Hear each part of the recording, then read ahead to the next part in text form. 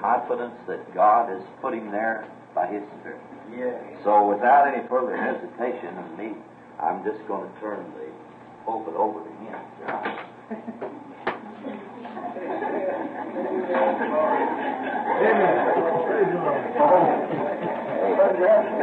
Shock. Hey, I'd just like to make an announcement, man. Let it be studied here. Let me think of that something like that.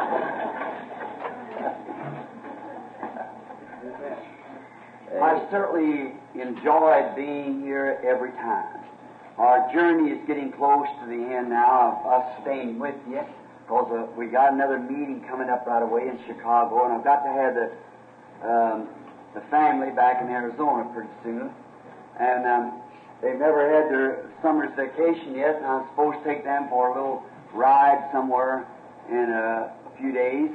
And then I'll probably be away one day, one of the Sundays, and then the following week I'll begin in Chicago. Then I've got to come right straight back on a Monday and take them to Arizona.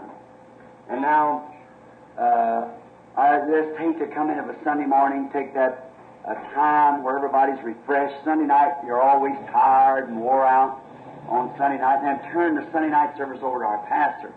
That's kind of bad. But I hate to do that. Yet on Sunday night, I would Sunday night they have a service Sunday night, and I hold the people so late. Many of them coming here from way down in the south and way north, and they have all sometimes to drive day and night just to get here for one service, then go back.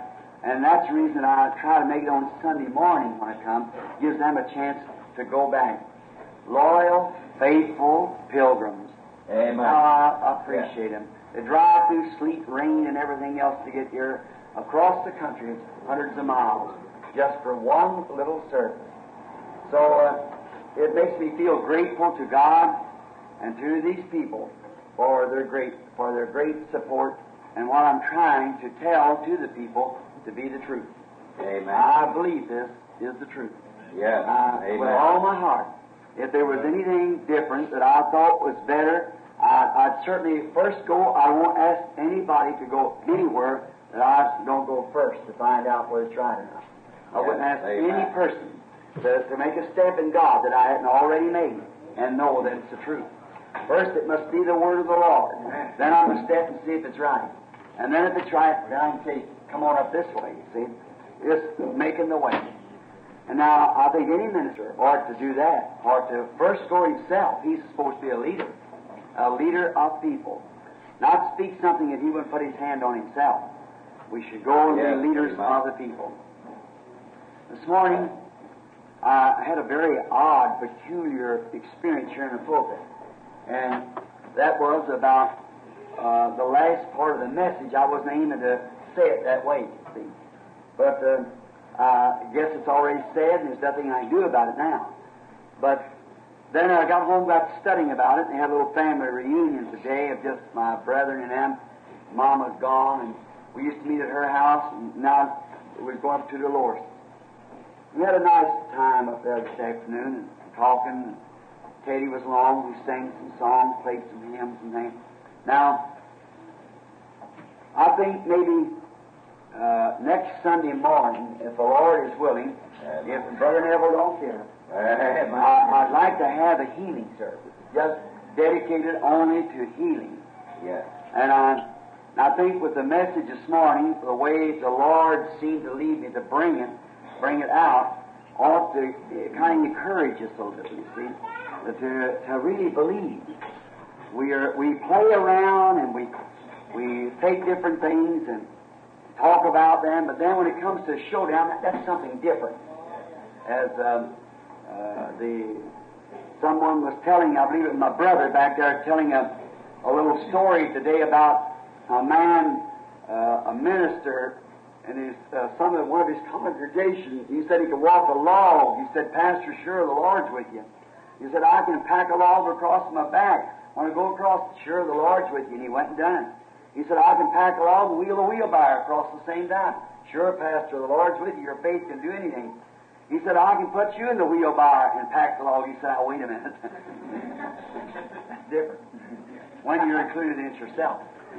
Now, it's mighty good for us to say here, amen. It's mighty good for us to say, I believe that's true, but then put it in action. That's right. That put it in action. As I brought that statement this morning, the people is laying in the shadow of Peter. They never even asked for prayer. I've went into many homes watching this. Pray before go. You just go in there with an awning and don't even pray for people and walk out in their heels. Amen. Amen. I've seen it done so many times. See? You've got to have somewhere to place your faith. Yeah. You've got to believe it. And I believe that the hour is approaching, and now is. And I realize that this is not a tape service. They might make a little one for themselves, but this is not a tape that goes out across the country.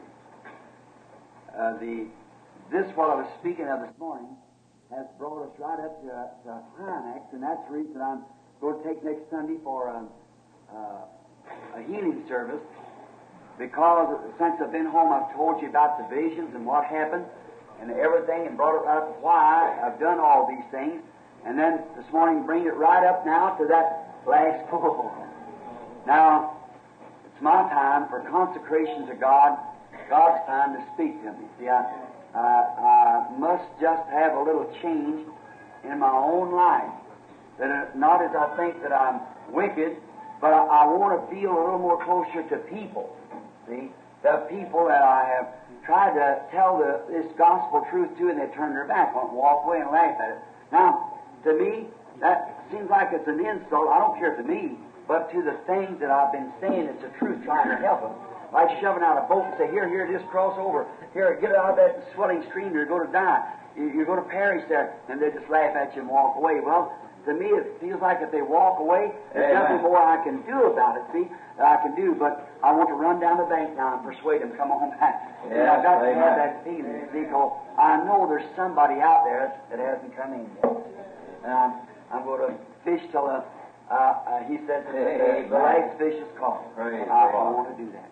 Now, in order to do this, I'm expecting something to happen in a prayer meeting.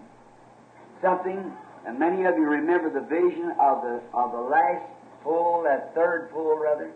You remember there was something happened just before that. I seen that light come and go down into that place and said, I'll meet you there. Now, I'm looking for something to happen. Years ago, it used to be that the services and that discernment would make me so weak I'd stagger. Many of you remember that. Just get to a spot I'd stand, and I had Jack Moore on one arm and Brother Brown on the other, and walk me up and down the street for an hour after service. And I just was trying to think of where I was at and what was taking place, and then all night lay there and think of it and sob and everything else, and wonder why they didn't accept our Lord Jesus. Then he told me the vision, one time you'll meet a lady that will come to you wearing a brown suit, and she'll be packing a little baby and a blanket. And from that time on, you'll have strength to endure stronger. Well, I told you all that, and in Chicago, it happened that night when the little Presbyterian lady, when her own pastor sent her down there with a baby. I believe it was his brother, or one of them was a doctor. He said there's not a hope for the baby unless Almighty God touches. And she went and told her pastor. Her pastor said, I am not qualified, he said, to act upon this divine healing, because I don't have it within me, the faith that it takes to do it. Now that's been honest. He said, I don't just have it in me. He said, but I was at one of Brother Branham's meetings, and I advise you to take the baby to Brother Branham. And the doctor give it up, and it was going to die. And the little lady walked in there where I was having some sort of a service for them little Catholic children that got burned up in that school up there. You know, remember when it was having that service, and coming right down the platform comes that little lady with the brown suit on. My wife and them was sitting there, and I said, turned and looked all around and see if they stand there, and happened to be that just before it come up, I believe Billy Paul and them have been talking, or her wife or some of them, to the lady with the little baby. And the lady walked up to the platform. The Holy Spirit revealed the whole thing and healed the baby there and walked away. And since then, I just don't get tired. See, it don't bother me. Amen. I just go right on and on. Now, I'm looking for something to happen to start that third pull in the mark. See? And maybe the next Sunday morning healing service, maybe it produced that. I don't know. Amen. I think for us to do would be tell your people, get the sick people. Now, for a healing service, we got to concentrate on sick people. Get your sick people and get them here early next Sunday morning, say by 8 or 8:30, and we'll give them a prayer card as they come in the door, however they do it. And then we'll have a prayer line and pray for the sick, and just see what the Holy Spirit will do. I believe He'll do wonders if we'll just believe Him. Amen. But we got to believe Him for that now with all of our heart. And I think that the great hour has arrived, that when God, in so much as we're speaking this morning, has showed us so much and brought us to a certain, just up to a spot, just to push over that little hill, and that's all you need. And then away it goes. Going just like it was, the same thing with the discernment, same thing by the prophetic to watch. I stand in Calgary, I beg your pardon. It was the Queen City down in Regina. And Ern Baxter was standing there, and a bunch of us, and the Lord had told me right there on the platform that it'll come to pass, you'll know the very secret of their heart. And that's right. And I never thought of that in that manner. I walked up the platform that night with Ern and started praying for the sick, and here come a man along who just laid out his entire life. First time it ever happened, just like that, in a moment, in a healing service. And then I looked out over the audience, and here it began to come down over the audience, and think, oh, when we reach the other side, the half has never yet been told of the things to watch out and see things in people's lives. I don't say nothing about it, just let it alone, see, unless I'm really compelled to say something. And I'll look for this next to start like that. See, God in His own way, His own sovereign time to begin it. And it'll be another thing that'll be a way beyond any of these other people. Amen. And I'm looking for that to happen. And maybe I thought if I had a little healing service maybe next Sunday, and then the following Sunday I'll probably be away with the kids and them because they got to go back and go to school.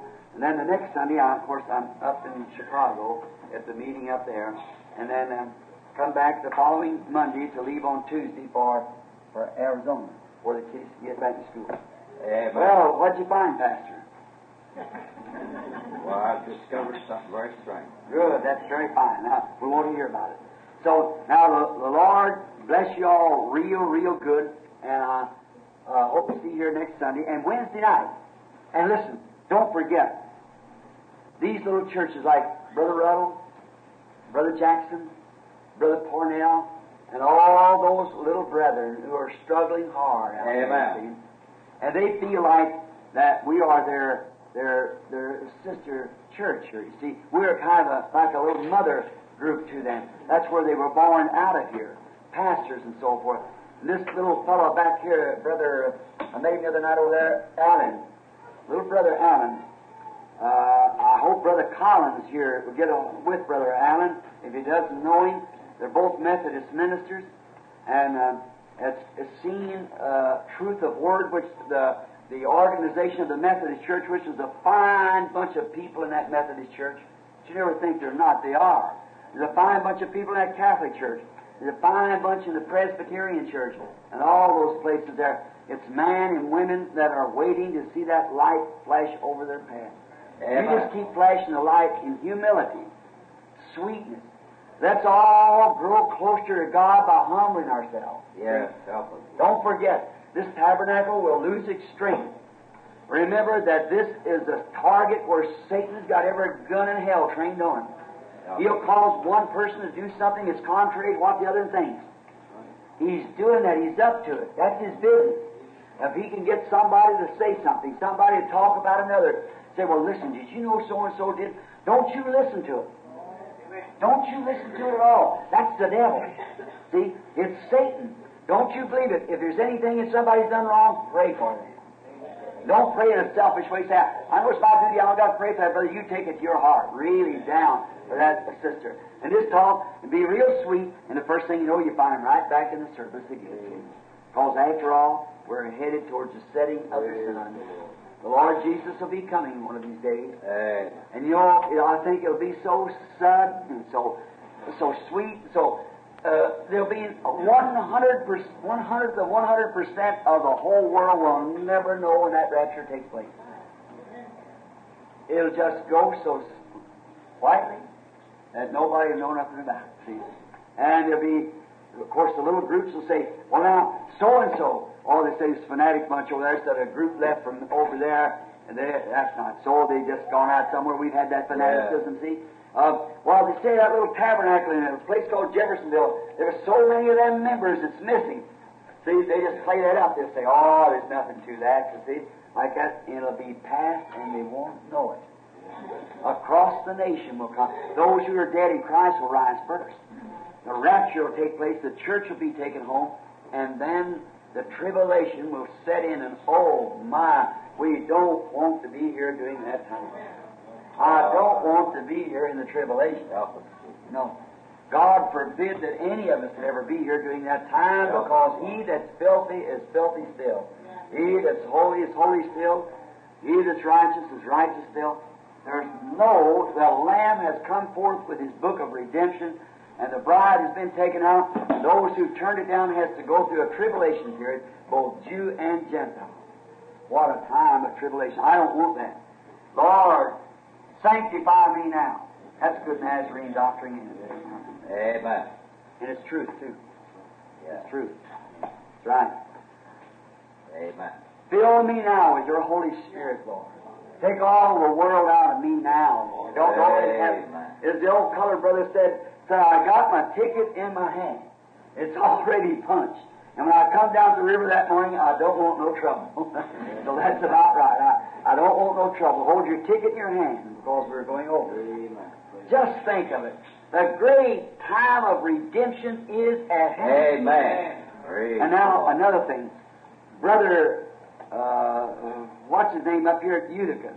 I think Brother Graham and another brother there that's pastoring there, Brother Shanks or something like that, or Saints. Brother Snelling's a pastor altogether. Brother Snelling's a pastor up at Utica now. I think their prayer meeting is on Thursday night. Now, you know, it would be real nice if we would slip up there on Thursday night and show those fellows a little fellowship, see? And then when Brother Jackson, the times that he has this, if we just get a little group of us together and go, just keep praying, keep digging. Don't stop. Just like when Elijah told him, said, dig ditches out there. When you get down, you hit an old tin can and say, I'm too tired. Throw it out away and keep digging. Just keep digging, because we got to dig. We just got to dig, that's all. Because if you expect to miss the tribulation, you better start digging. Now, for myself, I'm preaching to myself there. I'm going to start digging deeper than I ever do. Because I feel like that in the nation and around the world, that this ministry will again, as it's known now about everywhere over the world, I must go again. Wife said to me the other morning, I said, I want you to go with me when I leave. I'm going to leave around January, the Lord willing. I want to take a complete world tour all the way around. Amen. Come back and maybe have services in the United States sometime next summer. And she said, I'm too old to go. Well, I said, I went about my last trip overseas was about 8 years ago, and I feel like I'm in better shape now than I was 8 years ago. I know more about it now. And then we got on the subject, if the Lord said, I'm going to allot you 25 years. You're not going to get feeble, you'll be able to go, and I'm going to allot you 25 years on earth. Would you take from birth to 25, or from 25 to 50, 50 to 75, or 75 to 100? Now, any man that's allotted any time on earth will certainly do a most rational thing if he don't spend that time in service of God. I don't care what he does. Amen. Now, if you're going to be a heartbreak for the women or so forth, you better take that young age, that first 25. See? If you're going to be a carpenter, a mechanic, or something, you better take the second 25. See? But I was thinking about, what about me? What would I take? I'd take from 75 to 100. I'd be smarter, wiser. I'd be more settled. I'd know more about what I'm doing. I'm 8 or 10 years older than the last time I was overseas. I won't jump in like I'm killing snakes. I know more about it. See? I know how, is it like a coon dog fighting a coon? See, you know about how to take a hold of it. You don't jump in there and scratch you up. See? Know his tricks and watch him what he does. And we learn more about the enemy. So we've got to find out all of his techniques and how he approaches and what he does. Learn his punches. Then you're trained to go in on him, you see. So I believe now, I told the wife I believe I'm in better shape now than I was when I was 40 years old and went over. And I'm 54. Now I believe if I live and can still get around as good as I can now, when I'm 100, if Jesus would tarry that long, I'd be in better shape than I am now to go. See? Because you know more about it. You know more about what to do and how to handle it. How to handle the situation. Amen. Take a lot of people now, if you're going to get operated on. Say a new doctor just graduated the other day, and just come out of medical school. He's never had an operation yet. Let him do it. Oh, no, you say, let him do it. Not that guy. No, sir. Yet, no, indeed. I don't want him putting a knife on me. Well, I'd rather go down here and get so-and-so. I know he's had a lot of operations. He knows how to do it. That's it. That's the idea. You think about this, but what about that soul? I want somebody who knows where they're at. Who knows the road who's traveling. Yes, indeed. Lord bless you. All right, Brother Neville. Get up here now. God bless Brother Neville. Don't forget now, next time. I was just had a surprise in my heart for the thing, because in myself I had recognized, I esteemed the ministry of my many brethren. Outside of there, before Brother Branham come, I said, now, I don't know if he'll minister tonight. I was talking to Dr. Lee Vale here, and I said, I was in the meeting at Middletown, Ohio, and you were the one that talked through the day. And I said, I deeply appreciated the meeting, along with the teaching that Brother Vale did over there in conjunction with the meeting at Middletown. Yes. And I said, I esteem the servants of God, and one of us, I said, whoever preaches, it always does the other one good, because the ministry is all inspired by the same Spirit. Amen. And there isn't any selfishness or ambitiousness in me. And I delight to welcome the ministers of God, especially who are cooperating together with this and in it together with us. I delight to hear from them. Amen. So I asked Dr. Lee Vale, I said, would you minister if Brother Branham doesn't? Now, Brother Branham didn't, he might have known this. No, I didn't say anything I about wouldn't it. talk that long. So I asked Brother Vale tonight if he would minister for us in case that Brother Branham didn't, because he's associated with him in the meetings, and he knows about this way, and we're glad to have Brother Vale. I appreciate him and respect him as well as I do any of the other ministers, and like I do all the others, and so if he will come tonight and speak for us, I'd be delighted to have him to do it. God bless, and let's pray for Brother Vale. Some of you have never heard him, and I trust that you'll pray for him. I apologize to the audience. I didn't know it was sitting there that this was fixed up. God bless you, Brother Dale. It wasn't fixed up. He said if you didn't come, you came. Good, that's fine. I'll get hearing myself. Brother Vale spoke many times ahead of me in the meetings and so forth. He managed the meetings for a long time. It was fine, Brother, done a swell job. And I'm sure this audience is always glad to hear Brother Vale when he speaks. Lord bless Brother Vale.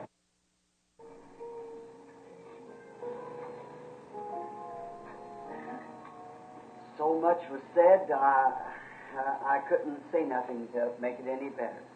And I truly believe that it was the Lord that worked this out for Brother Vale to bring this man. Amen. After this morning. Yes, so do You I. see, it has to work that way. We accept that from God. Yes. Well, there's so many things he was saying. I have 20 sermons go down here off of what he said. I was thinking here of one little illustration to back up what he said. Now, we look at this watch to find out what time it is. Unless every instrument in that watch is coordinating one with the other, we'll never know the correct time. Amen. Is that right? Yes. And that takes all of us, all together. If we want to see the third pull really do something for God, Amen. it's coordination with every one of us together to humble ourselves before God and confess our wrongs and pray and believe God for these things. I truly believe that what Brother Vale said is the truth, that God will never put His Spirit in an unholy, unrighteous, disobedient temple. No, it's got to come in the way of the cleansing of our hearts from all guile and iniquity, that we might be pure before God, that He might work His pure Holy Spirit through us to bring these things to pass. I think that when you go home tonight, if you read that little book of Jude, you just learn a whole lot now of what Brother Vail has said. And he said, I earnestly contend for the faith that was once delivered to the saints that got away from it. How a man of corrupt mind and so forth had come in and beguile them away from the real things of God. And God can only operate as we let Him operate. And so many wonderful things about saying, people want power. And really, they don't know what power is. Amen. They don't really know what goes with it. The way up is down. Always, if you want power, see how humble you can get. Just get away from all your worldly thinking and humble yourself before God, and then you got more power than the man that runs all over the building and makes a big lot of noise. Because you have been able to conquer yourself and commit yourself to Christ. You see, to humble yourself before Him. That's really power. You show me a church that's humble, real humble, not a arrogant a church, just a sweet, humble church. I'll show you a church that has the favor and power of God. Amen. That's right. That's the thing it takes. Humility, humbling ourselves before God, and letting God just work through us. You don't have to make a lot of noise. Sometimes, as the farmer said, he went out to the field with his wagon, and every time he hit a bump, it just rattled and went on. But when he come back, he hit the same bump and it made no noise at all because it was loaded with good things. So I think that's about right. That we get filled up with the good things of God. That the fruit of the Spirit might be known to us, as he referred so much to 1 Corinthians 13 there. How that though I give my body be burnt and have all these things and have not charity, it's nothing. Profits me nothing. You see. We want to do that. Above all things, it's our individual souls that we're responsible before God. See? It's you going to heaven. It isn't whether I go or he goes, it's you going. See? It's you first. And you've got to look this out and come sweet before the Lord. And I've always found out that the man that humbles himself is the man that God exalts. When you take a person with his chest out, knows everything, you can't tell him nothing, and he's arrogant, that's the person that never gets anywhere. But you take that person that humbles themselves and walks sweetly. I was talking to a man the other day that's just organizing a church up at the, pulled out of an organization that had been, it's Brother Bose. And then church where they'd had that great church there for so long, and the Lord is blessing, and the people got to a place that they want to polish up like the rest of them and want to throw it into an organization. And when they did, those humble Christians in there did not want that. All their lives had been taught against it, so they walked away from it.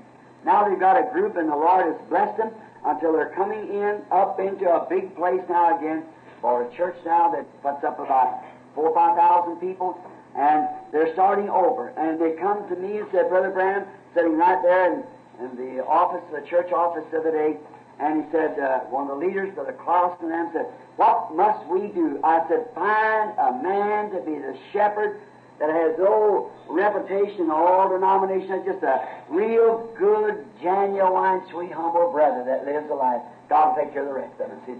I said, a good pastor that will just feed the sheep and be humble and things, God will do the rest. If you, not some big know-it-alls come in, he's going to put this in order and this has to be this way and cutting things right. I said, it'll never work.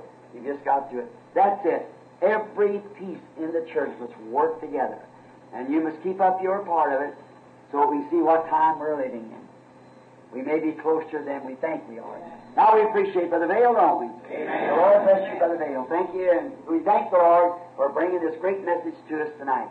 And I got a note a few minutes ago, one of the sisters had something she wanted to tell in a dream. If you just write it out, tell me, Sister, they give her some dreams that has been absolutely true. We don't accept all dreams, no. But when they're of God, we want to know it. It's God talking to us. Like everything speaks of tongues, we don't believe it. But when there's an interpretation comes that tells us something that's going to happen, we see it happen, and we thank the Lord for it. See, we want to keep it running smoothly, sweetly, and in order of the Lord. So just remember that your part may be the mainspring, or it may be the little, some little hand or some little part of the winding stem, whatever it may be, or it may be the hands on the face of the clock that tells the time.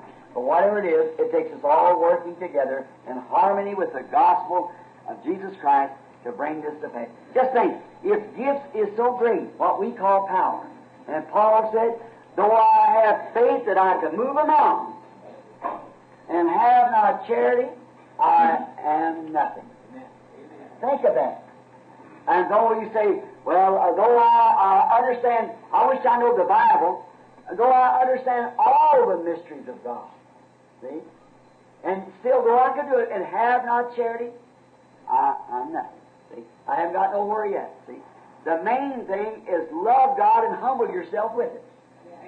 Surely, after all these years on the field and around the world and seeing different people, I ought to know a little bit about the gate to enter in at.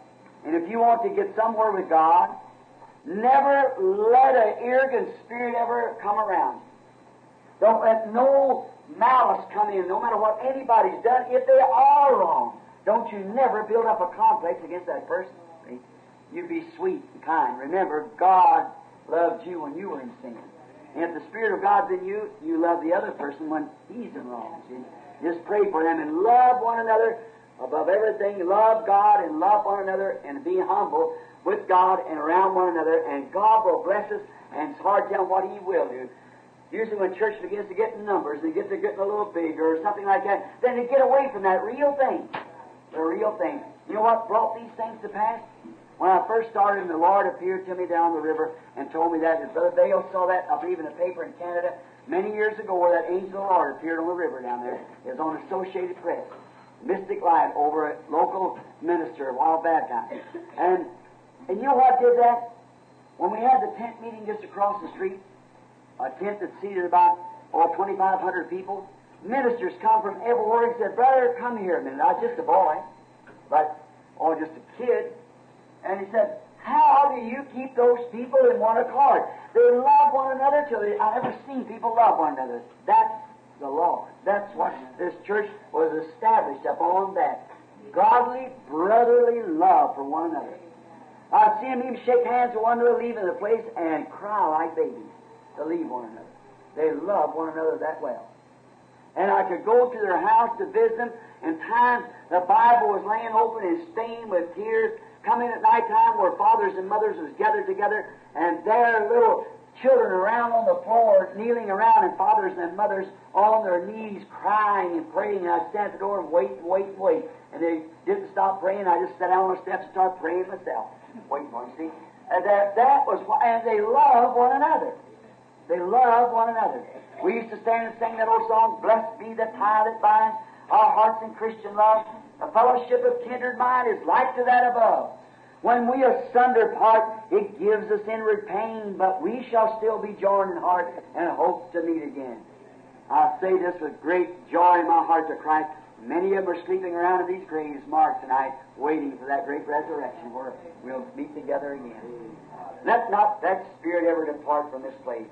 If it ever does, then I don't care how eloquent your pastor might be, how well he might bring the Word of God, the Spirit of God is grieved away. When we can have all things in fellowship in common and love one another, then God will work with it. And we're keeping time that the people come by and say, if you want to see a church that's really humble, a church that really loves God, drop in up there at that tabernacle one time and watch them. Look at the care they have for one another, the respect when the gospel's being preached, how reverent, how everything just in order. Then they can look and see what time we're living. You'll see the Spirit of God moving among you. Great signs and wonders and things will be taking place. If the thing's working together, it's telling the time. But if it isn't working, then time is stopped. It won't tell the time no more.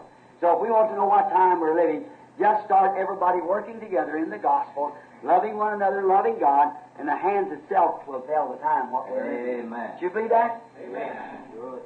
Amen. The Lord bless you real richly. Don't forget now, get around this week, and if you know any of the sick people that's coming in, tell them when he comes, say, dear, I want to ask you, we're having prayer for the sick Sunday morning over at the tabernacle, and you've been sick for a while. Now, I want to go. I've always wanted to go. Now, I just heard a message Sunday night from a brother there that how we must confess our faults one to another and pray one for another that we might be healed. James 5:14, 13, 14, 15. See, that we must confess our faults one to another before we even come for healing.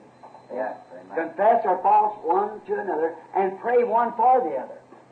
See that? This is exactly what he's talking about tonight. Brings back the Beatitudes in with Mark 16. Amen. Putting that together, you've got it. Then healings take place. Look at Jesus. Nothing but one bundle of love. See, He was God manifested. God expressed Himself through Him. No wonder miracles and things happen. His humble life and consecrated life to come from being God to be a man here on earth to express God to Himself. That's what made Him what He was. I've always said what made Jesus God to me was the way He humbled Himself. He was so great, and yet He's so small. See, that's right. The Lord bless you real good. Now, let's stand up and for the dismissal.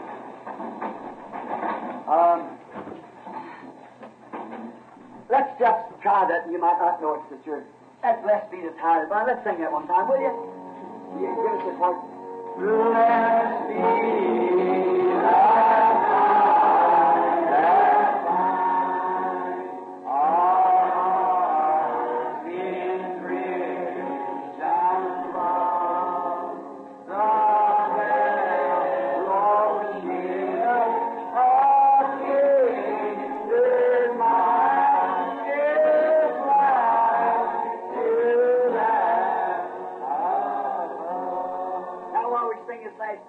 take one of those hands, but we have thunder apart, and just say, God bless you, brother, sister. I'm so glad to be here with you tonight. See something like that, and turn back around, and now let's sing it. And when we are it gives us inward pain, but we shall still be joy in heart and hope to meet. How we love the Lord, amen. Don't we? Hallelujah. How till we meet, till we meet at Jesus' feet, till we meet, till we meet, till we meet. God be with you till we meet. Let's close our eyes and sing that in the Spirit now. Till we meet. Till we meet. Till we meet at Jesus' feet. Till we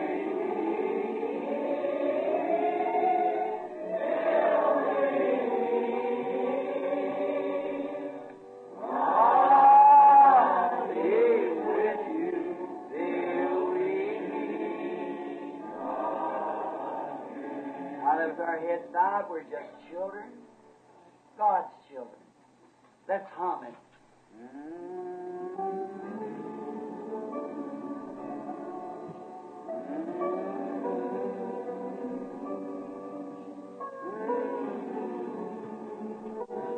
Oh, how that brings the Spirit of God to us. Could you imagine the early days when they sat on slabs of rock? God be with you till we meet. With our heads bowed, I'm going to ask the Brother Allen back there, a new brother among us, if he'll dismiss us in a word of prayer. Brother Allen.